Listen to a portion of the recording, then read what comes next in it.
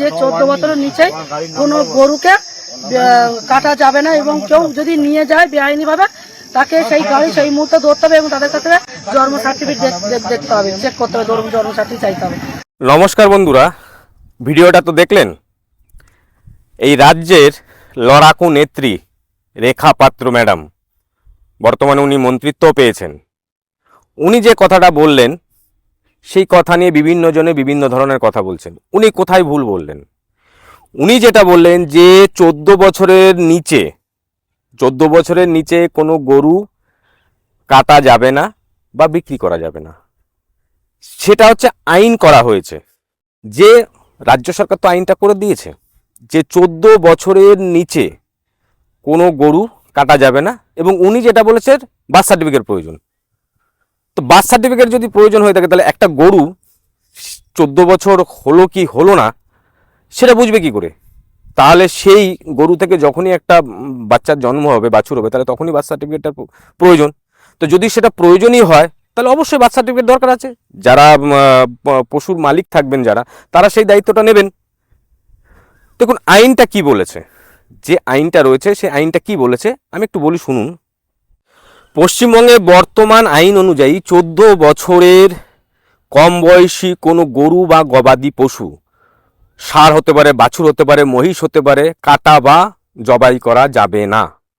নিয়মাবলী ও নির্দেশিকা: প্রয়োজনীয় সার্টিফিকেট গরু বা গবাদি পশু কাটার জন্য সংশ্লিষ্ট পুরসভার চেয়ারম্যান বা পঞ্চায়েত সমিতির সভাপতি এবং একজন সরকারি পশু চিকিৎসকের যৌথ সংখ্যাপত্র মানে ফিটনেস সার্টিফিকেট থাকা বাধ্যতামূলক।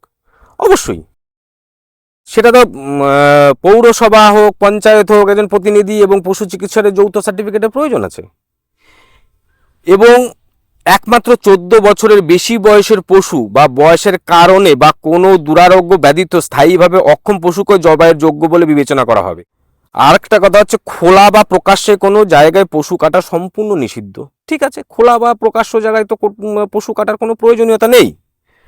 শুধুমাত্র পুরসভার নির্ধারিত বা অনুমোদিত জবাইখানায় নিয়ম মেনে জবাই করা যাবে। হোক না, তাতে অসুবিধা কোথায় আছে? আমি তো এটা বুঝে উঠতে পারলাম না। এখানে তো অসুবিধার কোনো কারণ নেই। এই নির্দেশিকা লঙ্ঘন করলে বা বেআইনিভাবে পশু বিক্রি বা কাটলে তার দণ্ডনীয় অপরাধ হিসেবে গণ্য হবে এবং সর্বোচ্চ 6 মাসের কারাদণ্ড বা 1000 টাকা জরিমানা। তাহলে যে আইনটা রয়েছে মানে সংবিধান, তা সংবিধানটাকে তো মেনে চলতে হবে। প্রত্যেকেই তো সংবিধান আমরা মেনে চলছি, এবং সংবিধান আছে বলেই তো আজকে আমরা সবাই ভালোভাবে সুস্থভাবে রয়েছি। তাহলে সবসময় যখন আমরা সংবিধানের কথা বলি তাহলে সংবিধানে যেটা আছে সেটা মেনে চলতে হবে। এটাই তো মানে প্রয়োজন, এবং এটাই তো প্রত্যেকের বোঝা উচিত।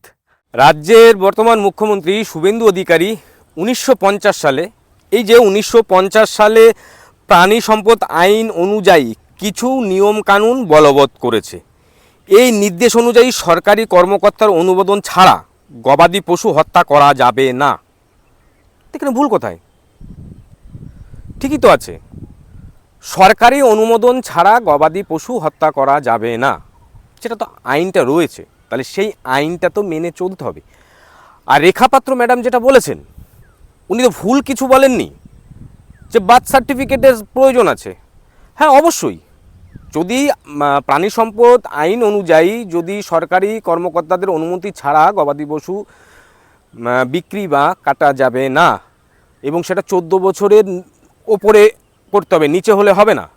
তাহলে একটা গবাদি পশু যখন জন্মগ্রহণ করবে তাহলে সরকারি যে আধিকারিক রয়েছে তাদের কাছ থেকে সেই জায়গা থেকে বার্থ সার্টিফিকেট জন্য অ্যাপ্লাই করতে হবে। সেই আইনটাও তাহলে চালু করার প্রয়োজন আছে, এবং সেটা করবে যদি প্রয়োজন মনে হয়। তো সেই জায়গা দাঁড়িয়ে যে মানে এত মানে রেখাপাত্র ম্যাডাম যেটা বলেছে তাই নিয়ে অনেকে অনেক ধরনের মন্তব্য, অনেক ধরনের কথাবার্তা, ওনার শিক্ষাগত যোগ্যতা, দেখুন শিক্ষাগত যোগ্যতার উপর সমস্ত কিছু নির্ভর করে না জনপ্রতিনিধি হতে গেলে। তো যাই হোক, উনি একজন লড়াকু নেত্রী, এবং উনি যে কথাটা বলেছে ভুল কিছু কথা বলেনি, লজিক্যালি উনি কথা বলেছে এবং ভালো কথাই বলেছে। তো যেহেতু আইনটা রয়েছে, সংবিধান রয়েছে, 1950 সালে যে প্রাণী সম্পদ আইনটা রয়েছে সেই আইন অনুযায়ী কিছু এদিক ওদিক করা হয়েছে এবং সেটাকে মান্যতা দিতে হবে, সেটা মেনেই কিন্তু চলতে হবে। কারণ সংবিধান আমাদেরকে ফলো করতে হবে, এবং ভারতবর্ষের প্রতিটা জনগণের দায়িত্ব হচ্ছে সংবিধান ফলো করা, এবং আমরা প্রত্যেকটা জনগণই সেটা করছি, এবং কিছু কিছু মানুষ আছে সেটাকে হয়তো সঠিকভাবে ফলো করছে না, কিন্তু সেটা ফলো করতে হবে, সেটা ফলো করেই চলতে হবে। ওকে বন্ধুরা, সকলে ভালো থাকবেন, সুস্থ থাকবেন।